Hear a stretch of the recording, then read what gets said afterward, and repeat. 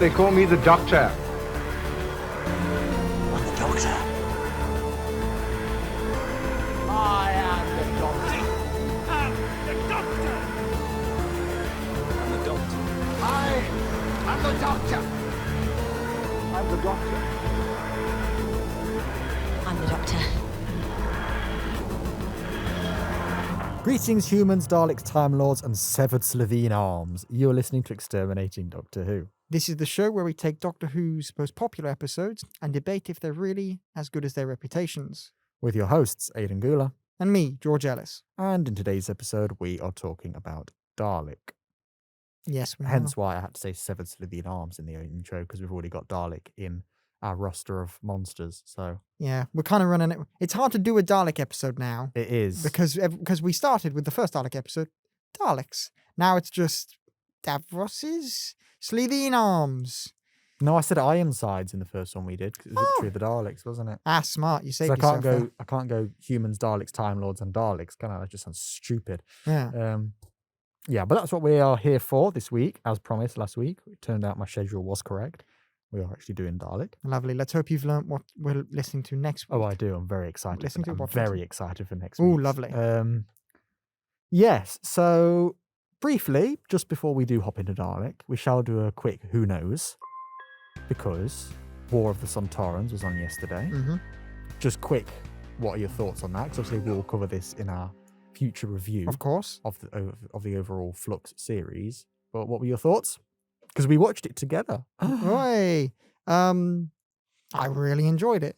I had this is a bit of maybe a premature statement, but I everything about Flux seems to tell me this will be the best Jodie series, best Jodie season, you know? Most likely. It's not a high bar, so. No, but it's been, everything has been telling me it'll be that. And this episode I've enjoyed 2 so far, Has which is only- already 100% rate. it's only enhanced my theory because I think it was a really good episode. It was a very, obviously there were some flaws, but it was definitely one of the, if not the best Jodie episode I think we've it's had. Jodie's best episode. It was definitely her best performance as well. So I do think it's 100% her best episode. It's been quite interesting because a load of people on Twitter, I've seen pretty much everybody's saying best Jodie episode. That was incredible. The writing has been incredible. A load of classic fans and people that were like big Capaldi fans and haven't liked the Whittaker era loved it as well. So that was really nice to see. Just people going, oh my God, I really liked that. But then I've been people that are fans of the Jodie Whittaker era seem to not be fussed, which is really weird. Maybe it's because it's appealing to the kind of the more old school. I know Capaldi old school. The more But like last series, you know. Yeah, it's like everybody that loves the classic series, or let's say Doctor Who up until Capaldi, as I know we kind of really are that kind of demographic, really. Mhm. We all love it. Mm.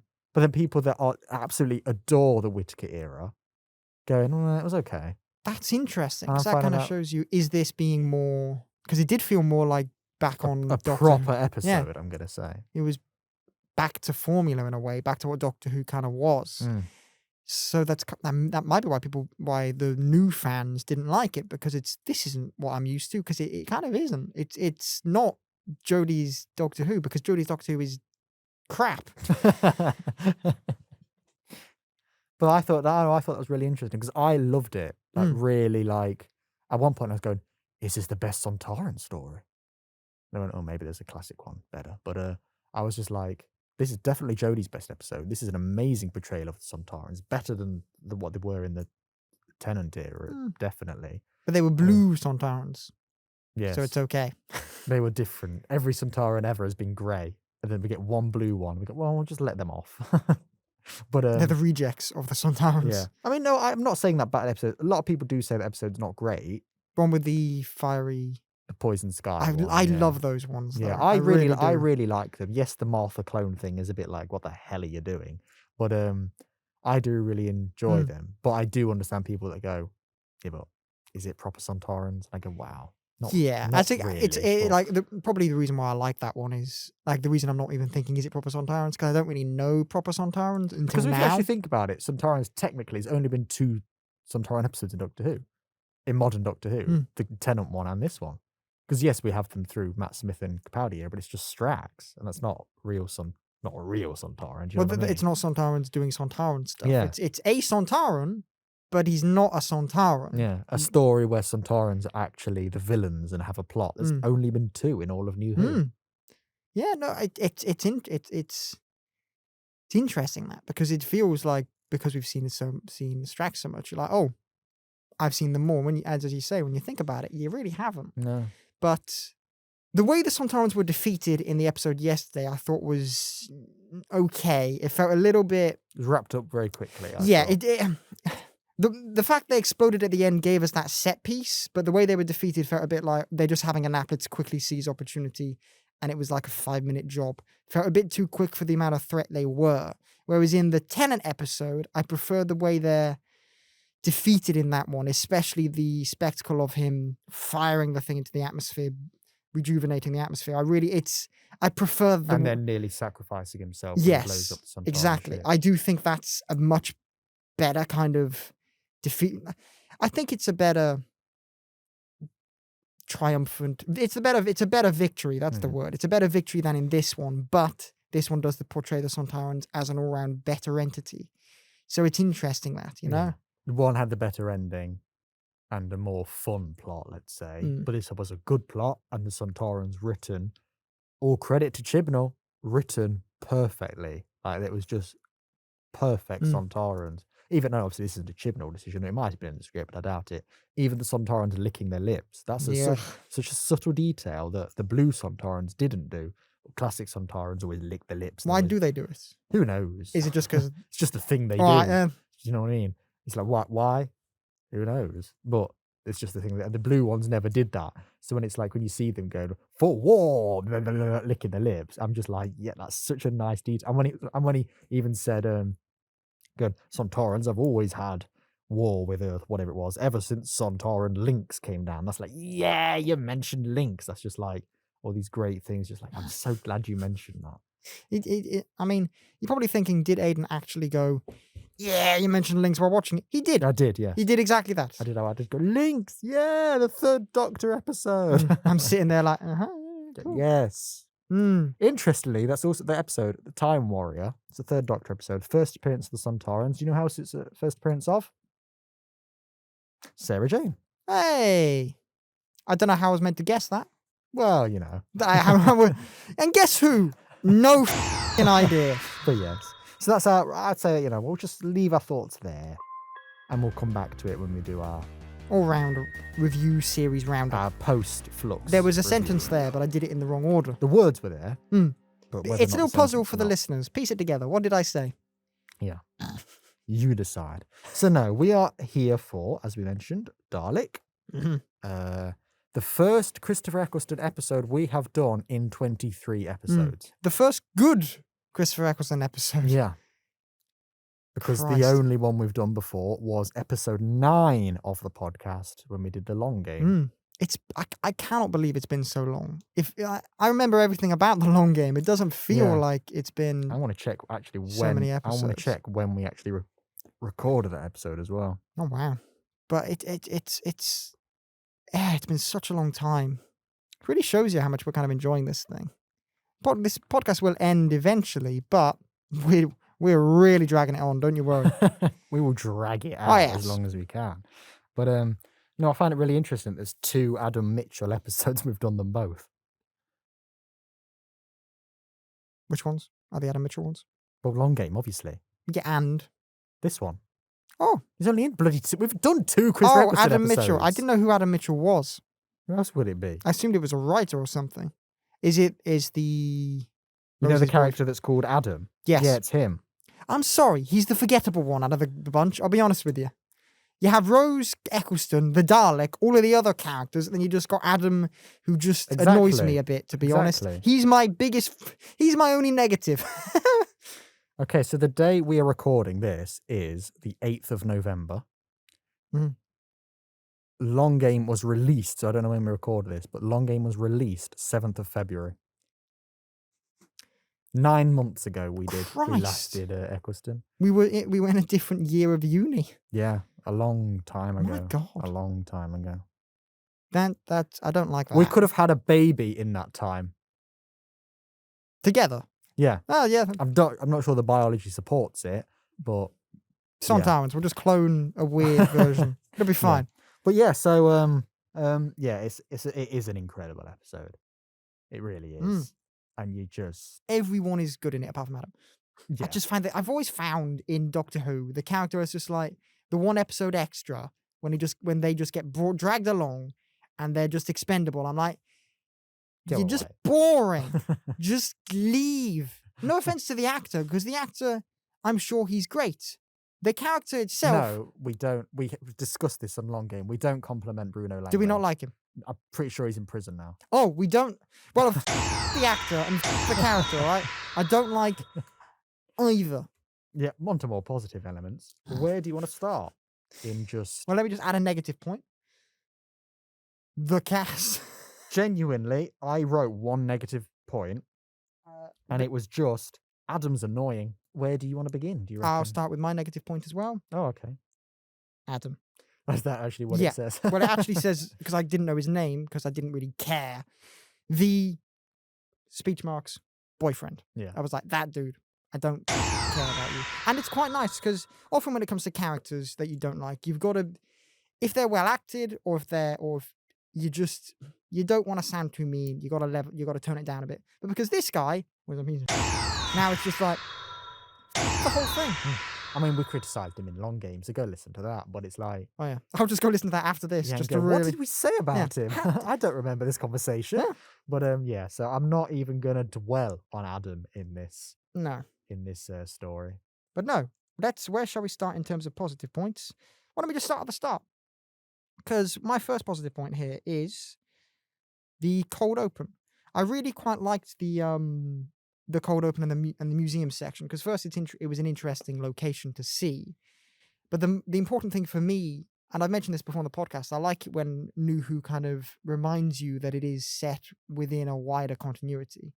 Like the eras remind you there's an era that came before, or there's stuff to come. I like that. It's important. And this is especially important in the first series of New Who, because you get to see the Doctor kind of look at some old new enemies and see a Cyberman again. Specifically, a fourth Doctor Cyberman. Yeah, no, I do like it's really nice detail, because it's not even like they're the last Cybermen that appeared at Doctor. There's been plenty of Cybermen since, but I just thought just go for a nice little detail that he recognises, just something that's iconic that we can Latch on to. recognise. Yeah, And it's a really nice way of being like Cybermen, because they're not in the Eccleston era. So it's nice kind of just being No. like, ooh, there's maybe like there's just some. It's nice to remind you, It's nice. I like that. It's important, I think, especially in the Eccleston era, to remind you of the past. I mean that's what I really like about. I'm gonna start here. Here's where I'm gonna start, because we can talk about the Dalek and all that relationship and stuff, but something that I really like about the Dalek, and we did kind of mention it with the Dalek flying as well, is that because Doctor Who had become a joke since its cancellation, that was kind of the public perception of Doctor Who through the 80s and the 90s, and I guess even through bits of the 2000s, is that it was just a joke. And people were just like, oh, did you remember that funny little show Doctor Who? That kind of thing. Like, oh, it wasn't very, oh, it was but we all liked it. Like, that's the reputation Doctor Who had. And this episode is kind of going, no, this is Doctor Who, and we're going to take it seriously now. And I do really like the way that they do that. Hold on. I have a point here. He likes the way they do it. Does he know why? Give him a second. Do. Yeah, and the moment that I thought was a really good bit, like it already shows you, like you've got all the great Dalek stuff going. Here's taking the Dalek seriously. We're going to give it emotional depth. We'll talk about that shortly. But just like a moment that shows you, as well as the flying, going, yeah, remember that they can actually fly. Yes, it was in the McCoy era, so nobody was watching at this point. So you probably all do remember when the Daleks didn't fly. But we're just going to remind you, the Daleks can fly, so they can't be beaten by stairs. But also the bit when, like, the Dalek first is breaking out, and the guy goes, what are you going to do? Sucker me to death? It's like, yeah, I am, actually. And then just kills him. I like that, because people are like, why do these pepper pots have a toilet plunger on them? Why? So yeah, they are actually a functional element, actually. And the first thing you're going to see is before the Dalek even exterminates anybody, you're going to see it sucker somebody. It doesn't. We're taking them seriously. I love the now. way it does that, because it is very much like what are you going to do? You're going to do something. You're going to do something. You've done something, and it's quite horrifying Yeah. because the way those suckers work, which is really nice to see, you assume they're just plungers that go. But in this episode, it's very interesting because it shows you that the way these plungers work is as if it's a full, like it's a hand with 360-degree motion. Because the way it works is it can basically crush any element of it, you know? So like you've got the sucker like this, and it can just do, it can move the top half, it can move maybe a little bit of the top or anything. It's got full movement with that. And the way it works on the guy is brilliant because it just grabs him and then it just crushes his face. It's brilliant. And then you see it again when it uses on the keypad because it just suckers it and then it boop, boop, boop, boop, boop. So it's like, it was nice seeing that it's not just a plunger. It is, the reason they can touch buttons and stuff is because it is a hand which has 360 degrees of dexterity. It's great. But I just really love the way it is just like, this is Doctor Who, we're taking it seriously now.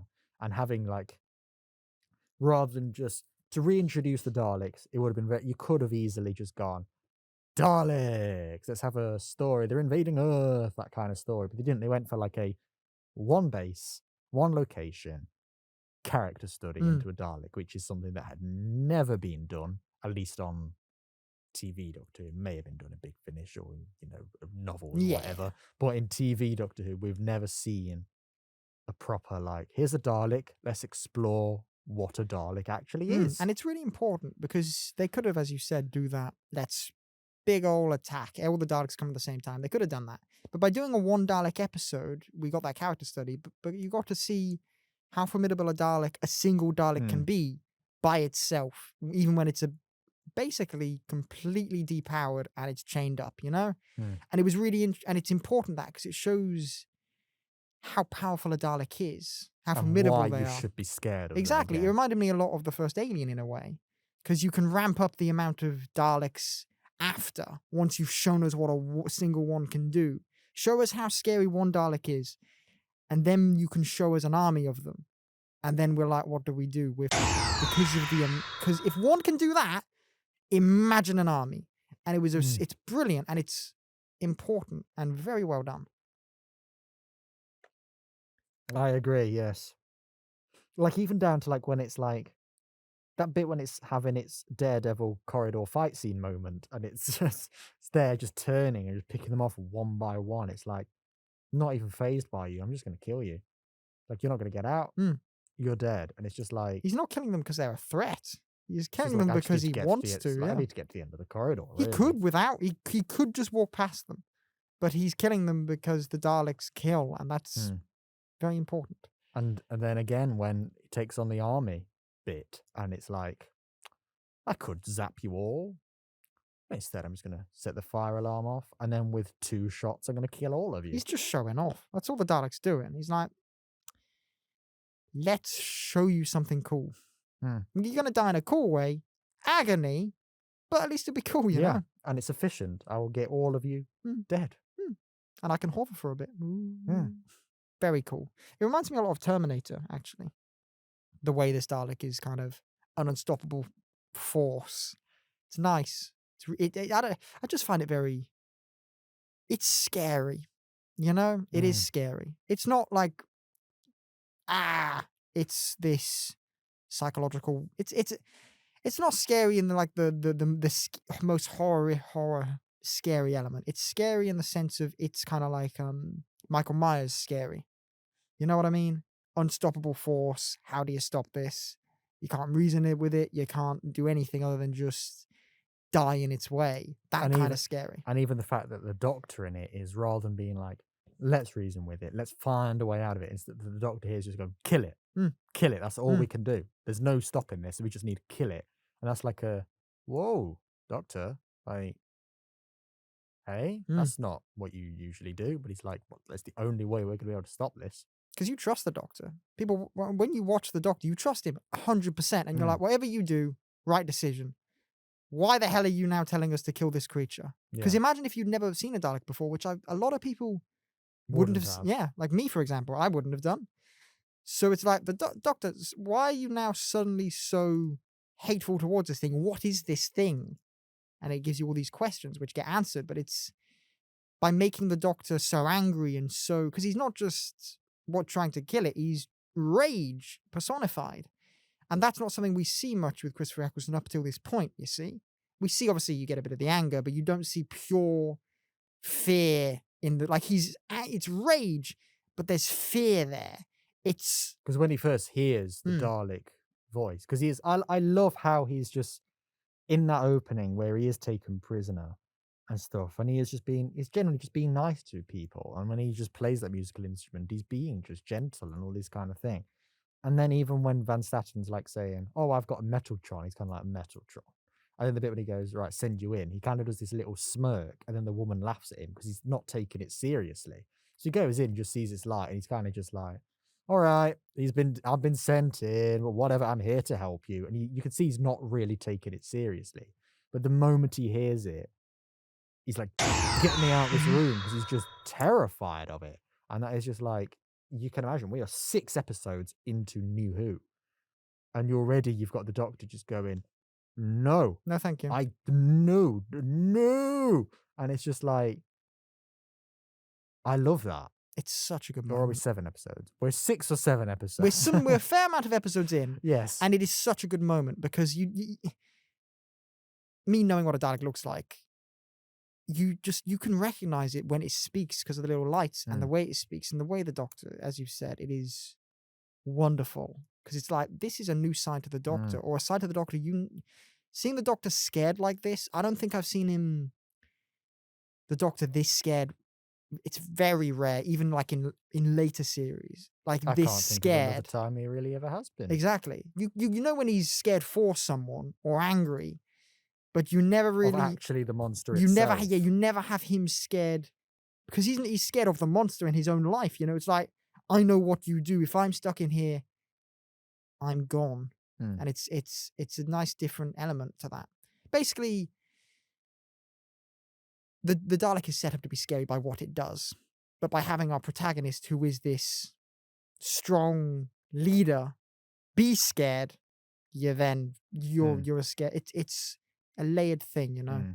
If they're scared, I'm scared. Basically, But then even like when he realizes like, oh, it is a Dalek, you're chained up and you can't actually shoot me. I love that when he kind of just goes, well, now I have the upper hand. And then I love it when he's just like, if you can't kill, what's the point of you? And I just thought that whole thing where he's just like just shouting at it. Oh, you know, the thing that people always say is the Doctor gets their defining moment when they face a Dalek. And he is just like, just going at it in a way we've never seen a Doctor really ever just shout at a Dalek, just being like, somewhat reminiscent of when Matt does it, but I'd say this is the best time we've had it because it's unbridled rage. It's just pure, and it's somewhat petty as well. He's just like, it's, what are you good for? What is there to you? What is the point of you? He's attacking every single element of a Dalek, of what it is, because he hates everything about them. And it's mean. It's deserved because Daleks are terrible, but it's such a specific set of mean that you don't see often with the Doctor. And it's nice to see, you know? It's good. Rah. And then he just goes, you know what I'm going to do next? Just going to murder you. I'm just going to kill you. Chained up, you can't do anything, so I'm going to kill you. And that's, again, that's not something we see the Doctor do. Because I really like the bit that leads into that as well. Is like you get his rage, but like I was saying about the dynamic between the Dalek, and we'll talk about this now, between the Doctor and the Dalek, you kind of see that basically how the Doctor really views himself through how he sees the Dalek. Because when he says, when the Dalek goes, "We are the same," and then he's like, "We are nothing alike," and he goes, "Wait, maybe we are the same," and he says, "I know what you deserve, exterminate." And that shows that he thinks he should be exterminated. He thinks he should die because he's carrying the weight of murdering all his people. And you can show that he's saying, we're the same, so we both need to die. So I really like that, because you are just seeing a Doctor that is just ashamed of what he's done, doesn't think he should be alive. He's here because he's the Doctor and he's trying to make amends, and Rose is making him a nice person. But actually, at the end of the day, he's just like, I don't deserve to be here anymore. Look what I did. So if we are the same, we both should die. I love that. And I did spot that as well. I've just read my note here. I wrote, when the Doctor's out, like in that first moment, you see the hate, the pain, and the guilt, all encompassing the parallels between the Daleks and the Doctor. And I think that's something very important that New Who has done, you know. There weren't really any parallels between the Daleks and the Doctor in Classic Who, really. Not really, no. There couldn't be. But the Time War and New Who, by giving us that two sides of the same coin element, it's integral, I think, to kind of what New Who is, kind of showing us that the Doctor is a flawed person.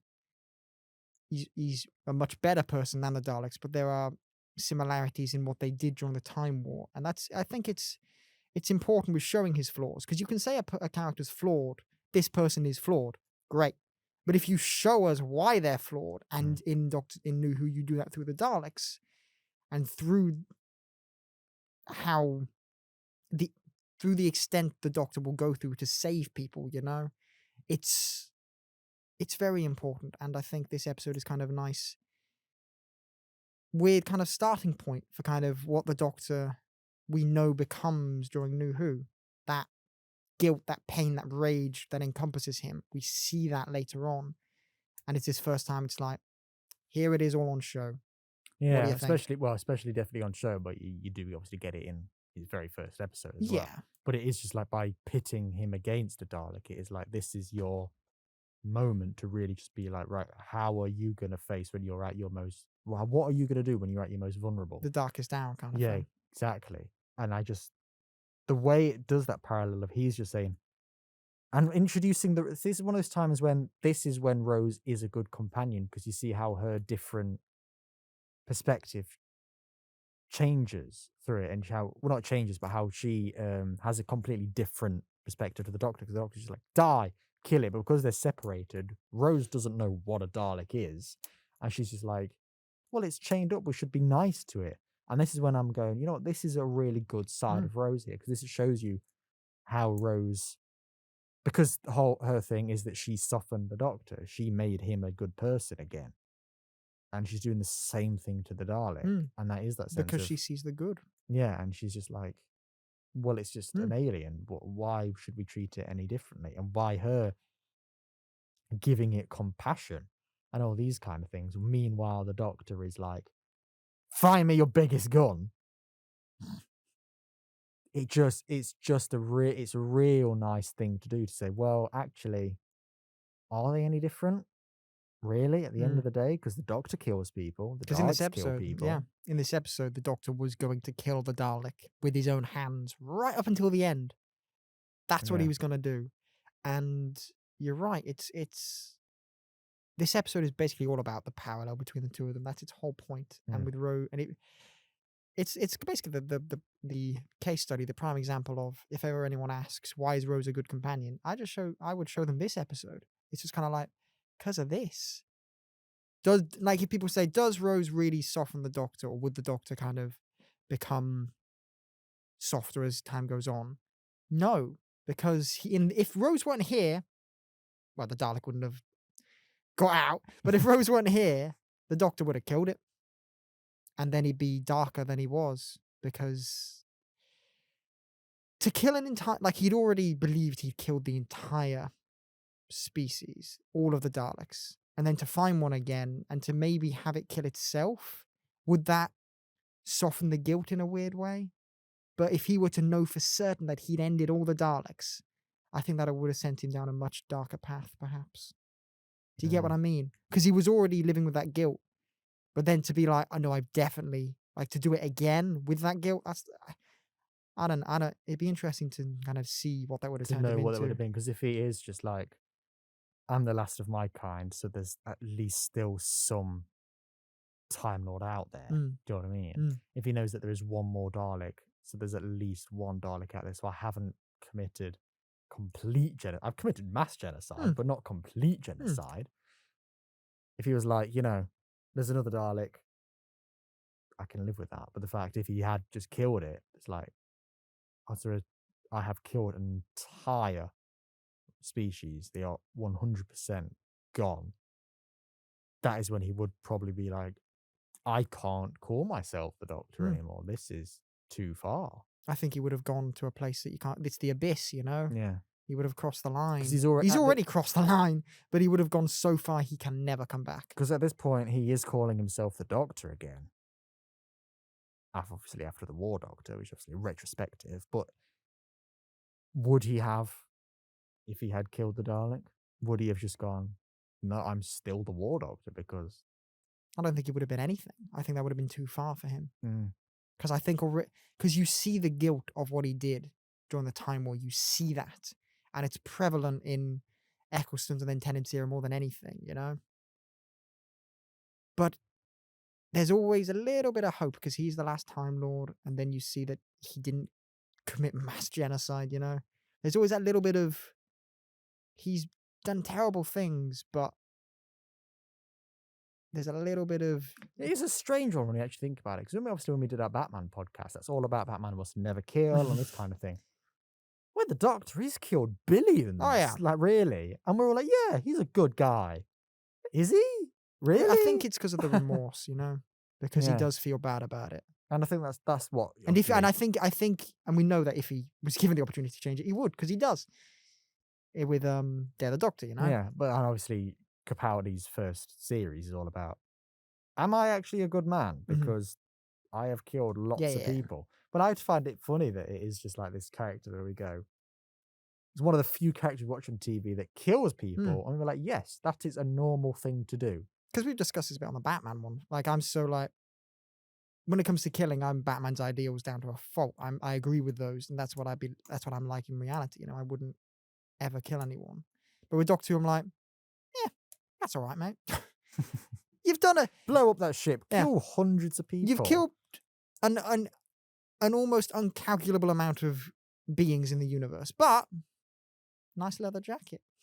And, you got out of it fine. So, Yeah.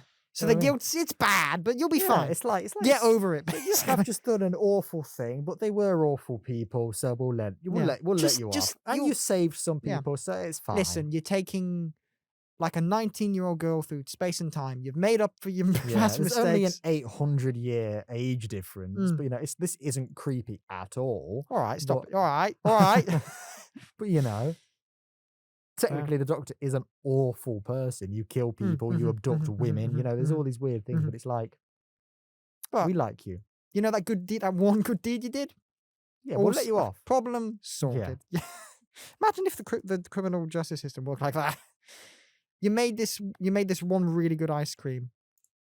You donated to charity once. Go Yes. on. Off you You're go. free to go. Imagine. But no, what the hell was my point? Thank you for that.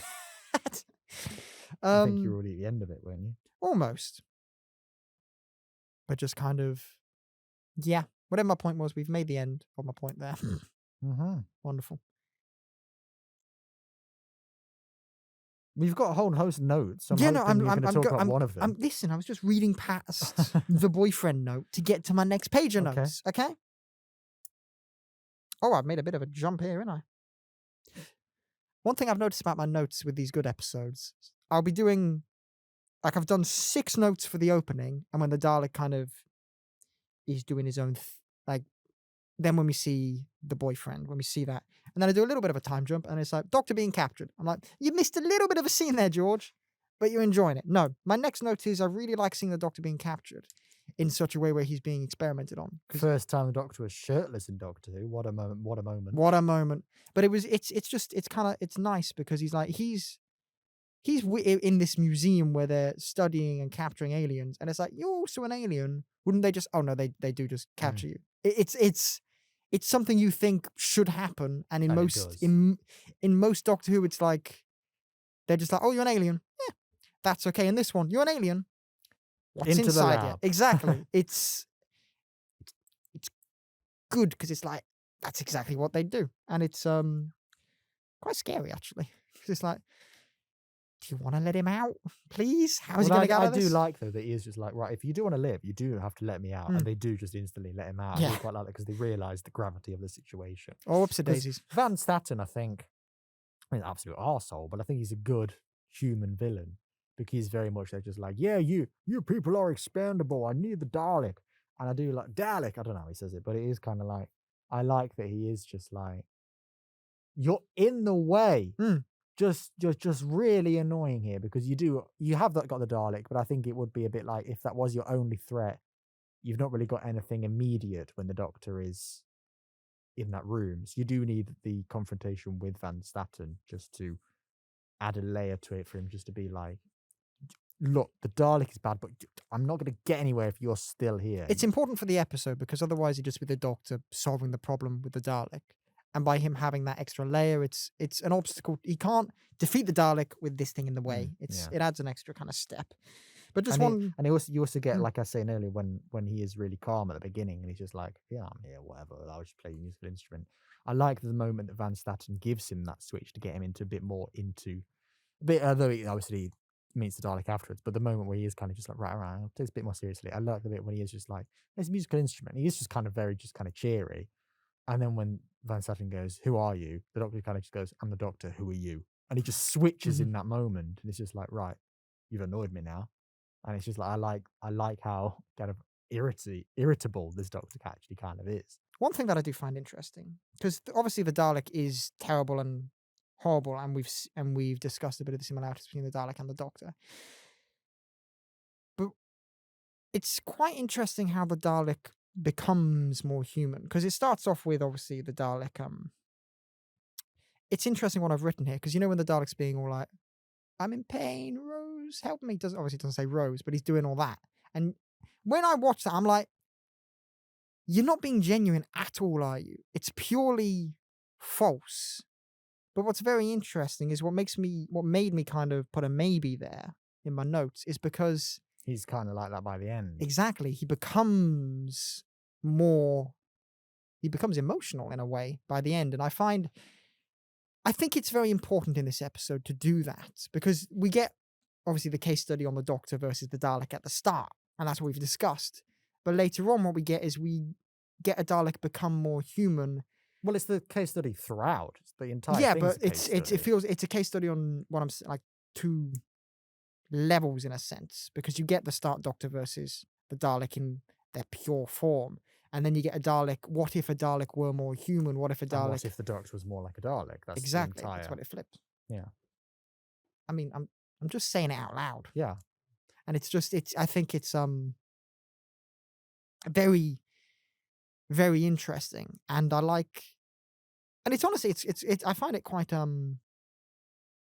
upsetting actually, because then you get to the end when the Dalek's doing all the sunlight stuff with his little tendrils, and it is quite emotional because the Dalek is feeling, and the way it responds to its pain, well, not pain, the way it responds to just feeling is hate. It hates itself. It feels disgusting, and what it does is it then kills itself. And the fact it has to ask to kill itself, it doesn't just do it, it asks because it requires an order.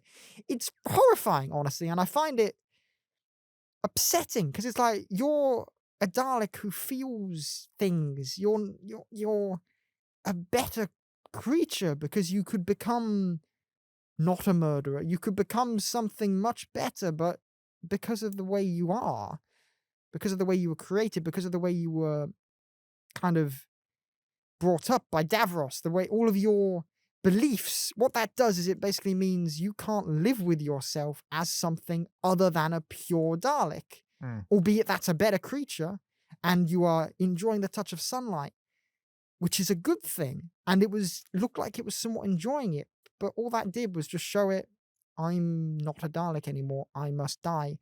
And I find that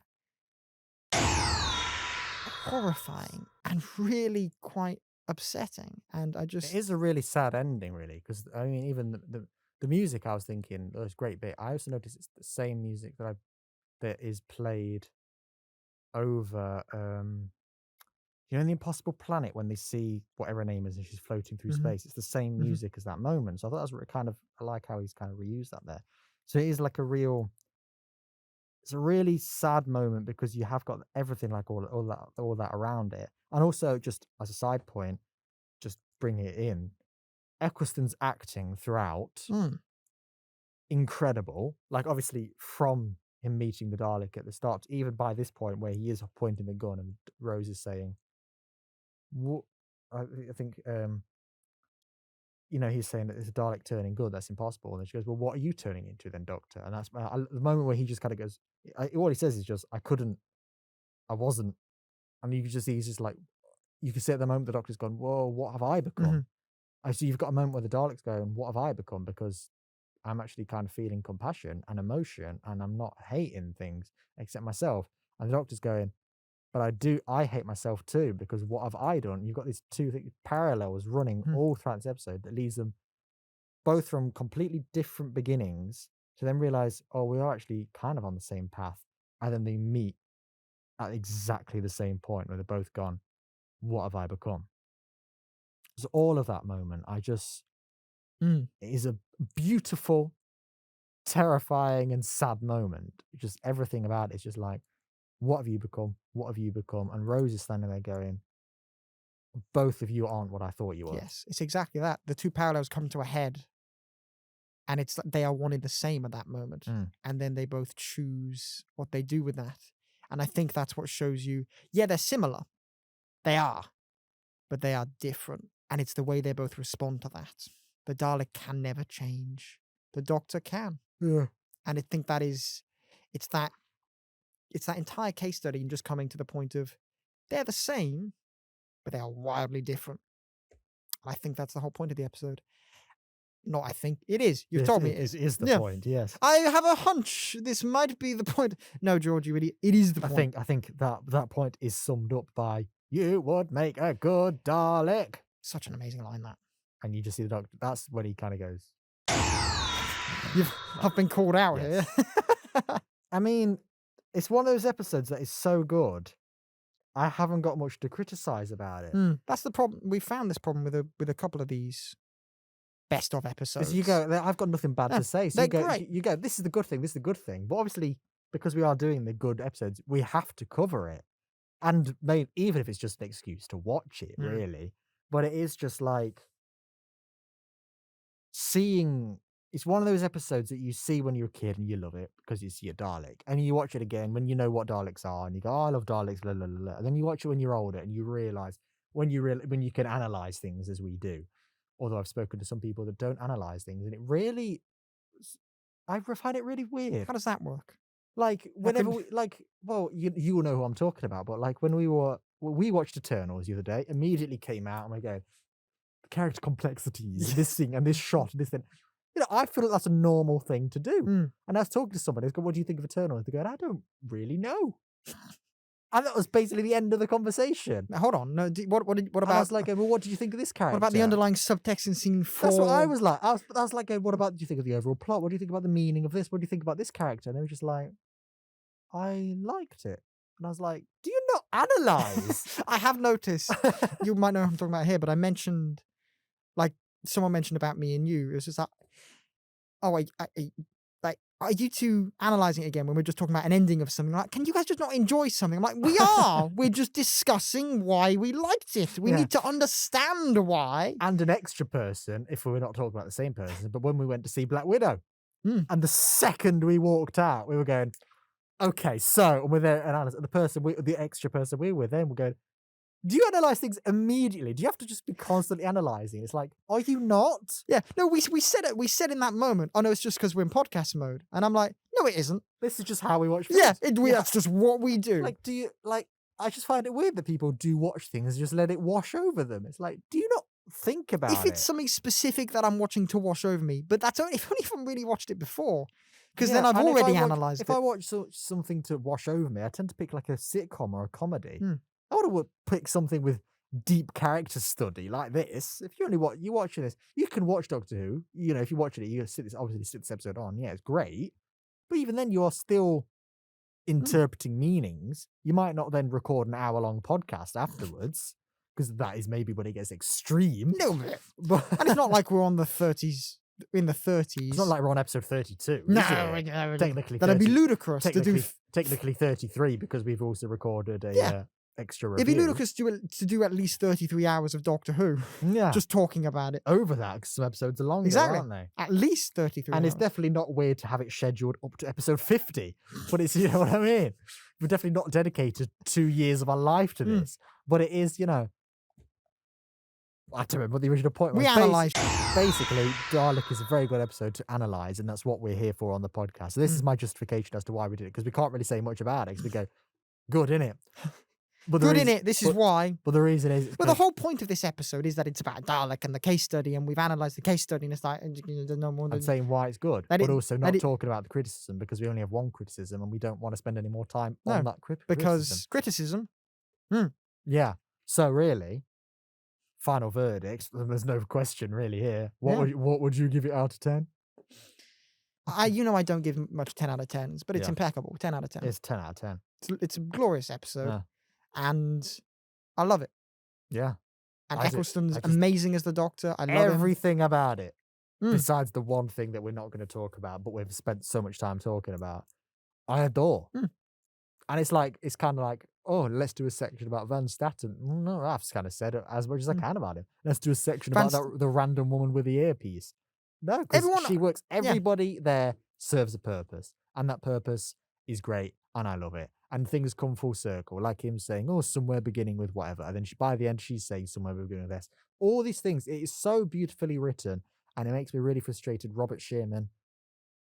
I believe this is the only episode of Doctor Who he's written Why? in New Who. That seems dumb. That seems like you've got a good writer there, and I you've shall gone. just check that.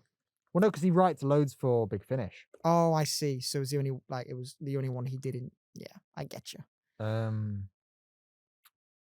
Because, like I've said before, this was originally a Big Finish story called Jubilee You mentioned with it. the Sixth Doctor, but people kind of say the only real similarity there is that there's a lone Dalek in a vault, and you kind of see that how the Doctor interacts with that. That's basically the only similarity. But because they're written by the same person, and he has said, "Oh, I adapted Jubilee for TV." Is it like it's definitely like it doesn't feel like any sort of translation. It feels, as you're saying from what you've described, it's literally an like adaptation. It's not a Yeah. translation. It's literally like it's literally because it's like, yeah, in TV Doctor Who he's only written one story, and that is this one. Then in Big Finish is actually not as written as many as I thought. He only wrote 1, 2, 3, 4, 5, 6. He's only written 7 Big Finish. For Big Finish, because how many there are, that's not that many. No, he hasn't written much, but when he does, Knocks it out of the park. I'm looking at all the Big Finish he's written, and they're all like the ones that are the most highly regarded. So yeah, really. Yeah, brilliant. It's so good. And I would say if you're listening to this and you're thinking, I fancy a good Christopher Eccleston episode. Oh, would you say this is the best Christopher Eccleston episode? Objectively, yes. Subjectively? Subjectively, my favorite is Father's Day. Because A, I have a very strong emotional connection to it, and B, it's the earliest clear memory of Doctor Who I have. So every time I see that, I go, this is like my episode, if that makes sense. Yeah. Fair one. Yeah, there you go. I agree with But Aidan objectively. But, this one is. but objectively, oh, absolutely, this is his best one. I can't. A lot of the Christopher Eccleston era kind of blurs a wee bit. Though, to be So for me fair, to say subjectively, I actually, can't. we're going to do Empty Child Dr. Dancers soon, and many would say that maybe is his best. Oh, It's actually Eccleston's personal favourite that he did. I was about to say I think that's probably my favourite of Eccleston's. But I would say objectively this is the best. But if somebody said, actually, no, I think it's the Empty Child Dr. Dancers, I'd go, all right, fair enough. You've probably got a point there. Flip a coin, really? Yeah. Because it's two very different sides of the Doctor. Mhm. So I think it's whichever one you're really looking for. I personally, like you, love the Time War. So anything that brings it back to the Time War and you see a development of the character from the Time War, I'm like, I'm going to eat all of that up. But yeah, that does wrap it up for this week. What's Next week, though, well, if you were like, you didn't really get anywhere with this episode, stick around for next week, because next week we are doing, for not only Doctor Who's 58th anniversary, but for our first anniversary, we are doing An Adventure in Space and Time. Hey, I haven't seen that yet. So And you've been trying to get me to watch that Exactly, for a very so long I'm time. very, very excited for it. And you will watch An Unearthly Child, part 1 before. Okay. Because otherwise, if you watch An Adventure in Space and Time, you'll be like, I don't know what's happening. So you will just watch 25 minutes of black and white Hartnell Lovely. and then switch to an hour and a half of colour and modern TV. So yeah, that's what we're doing next week. And a very 2 hours. Hold on. an hour and a half. Yeah, in total, that's about two. That's about 2 hours. 2 hours, yeah. Yeah. It's only the same as a two-parter, really. Isn't Yeah. It? But no, I'm excited for that. And a few surprise cameos. So yes, that's us next week. Lovely. Join us then. Same Thank bad you. time, same bad channel. Thank you for listening, Thank you very much for listening, everyone. and goodbye. Yeah, we'll see you next week. Bye bye.